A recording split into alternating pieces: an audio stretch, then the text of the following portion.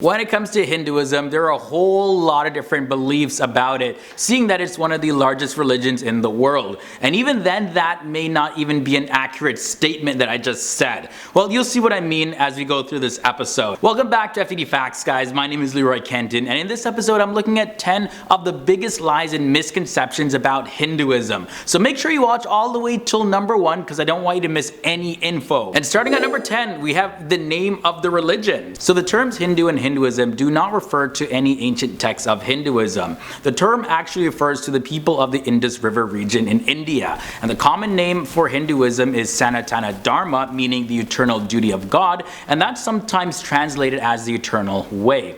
Followers are called Dharmis, which means followers of Dharma, and the words Hindu and Hinduism are predominantly used in Western society, but modern Indians have started to use the terms as well. For the sake of familiarity though and understanding, I'm going to be using the terms Hindu and Hinduism throughout this episode, as well as probably other episodes as well. But I wanted to include this point in this episode just to clear up any confusion that anybody may have had. Number 9, 330 million gods, or 33 million gods, some people say. Why do Hindus have so many gods? Well, you see, the monotheistic view of God, meaning that there's only one God, is the most common religious view of the divine. And Hinduism, it's commonly seen throughout the world as a polytheistic religion due to the representation of 330 million gods or 33 million gods, depending on how you look at the translation. And polytheistic, of course, means multiple gods. However, that's not entirely accurate. See, the Hindu concept of God can be different for each person, but generally speaking, it centers around a single God or supreme being.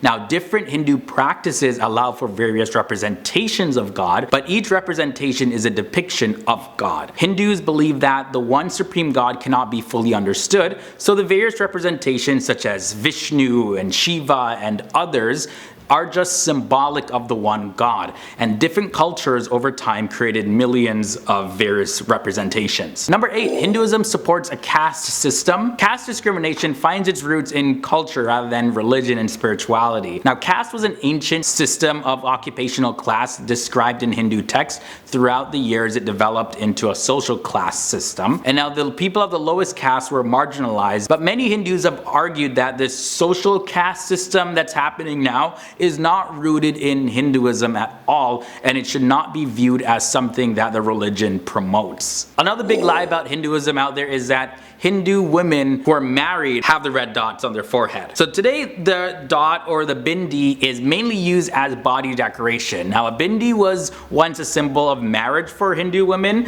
Now, females, whether they're married or single, they wear bindis in various different colors. And there's also a tilak, and that's also a mark on the forehead, and it has religious significance too. Now, it's generally made with sandalwood paste or red turmeric or something, and you will see men wearing this also. Lie number 6, Hinduism is an organized religion. The reasons religions become organized vary, like Christianity spread via the Romans / the Byzantines, and Islam spread through the Muslim campaigns in Asia as well as in Europe. But Hinduism was actually never organized, and it did not spread very much until recent years actually. There is no particular leader or founder of the religion, and it has never been backed by an empire. So the religion, if we were to use that term, has evolved into a collection of teachings and principles without the political influence seen in Islam and Christianity. The Hindu collections of teachings is believed to have began between 500 to 300 BC. Halfway in, Hindus are all vegetarians. I hear this one quite often too. Now, it's true that many Hindu people practice vegetarianism, but many others eat as they feel. It's estimated that 30 to 35% of Hindus are vegetarians due to the spiritual belief of ahimsa, which refers to the non-violence against living things. Most spiritual leaders are vegetarians, but the common Hindu follower is more likely to eat meat. Moving on to number 4, the Hindu Bible is the Bhagavad Gita. I honestly thought this too. So I bought myself a copy of the Bhagavad Gita, and I was was like, okay, this is totally not a Bible or anything like that.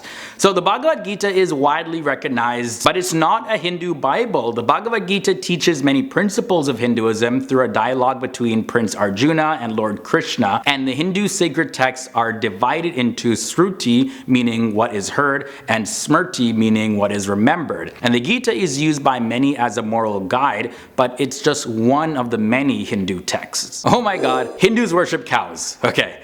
Hindus do not actually worship cows like one would worship God or anything. So this is a common misconception, and it's due to the fact that Hindus treat cows in a very special way because they believe that cows represent life and sustenance of life. And because they eat only grains and grass and water, and it provides so much like milk, cheese, and butter and fertilizer and all of that, it's honored because, hey, this animal takes less, but it gives out so much more. So because the cows are honored in this way in Hinduism and Indian society, it appears to outsiders that they're worshipped like one would worship a god, but they just say that this is strictly just honoring the cow. Lie number 2, Hindus worship idols.